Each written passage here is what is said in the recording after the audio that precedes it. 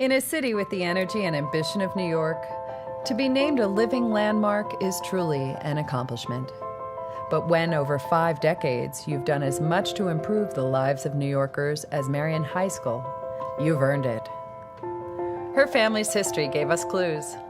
President George Washington corresponded with an early branch of her family, assuring them they would contribute much to our country. Marian's grandfather made good on the promise when he took a struggling newspaper and transformed it into the media powerhouse we know today. For Marian, this translated into a series of civic achievements that have immeasurably improved New Yorkers' lives. Bob Wagner, then mayor, decided something had to be done to clean New York City. And my father said he had a daughter who did nothing but like to clean. That got me started.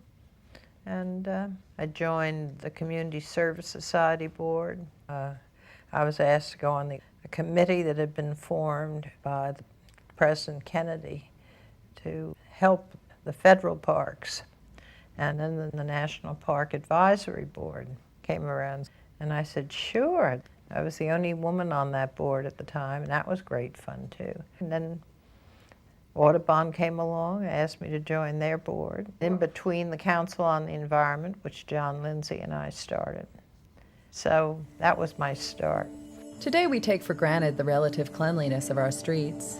But back when Mayor Lindsay invited Marian to join the Council on the Environment of New York, it was a different story. And I said, sure, anything to clean New York. New York wasn't exactly the way it is today. Lots of paper floating around. The dog shit, I can say, was appalling. You had to watch your step all the time. Their pioneering efforts galvanized into Grow NYC, an organization which has brought farmers markets to the city, built community gardens, and taught young people about the environment. And in assuming leadership positions at the New York Botanical Garden and New Yorkers for Parks, Marian ensured our residents continue to have access to some of the best gardens and parks in the world.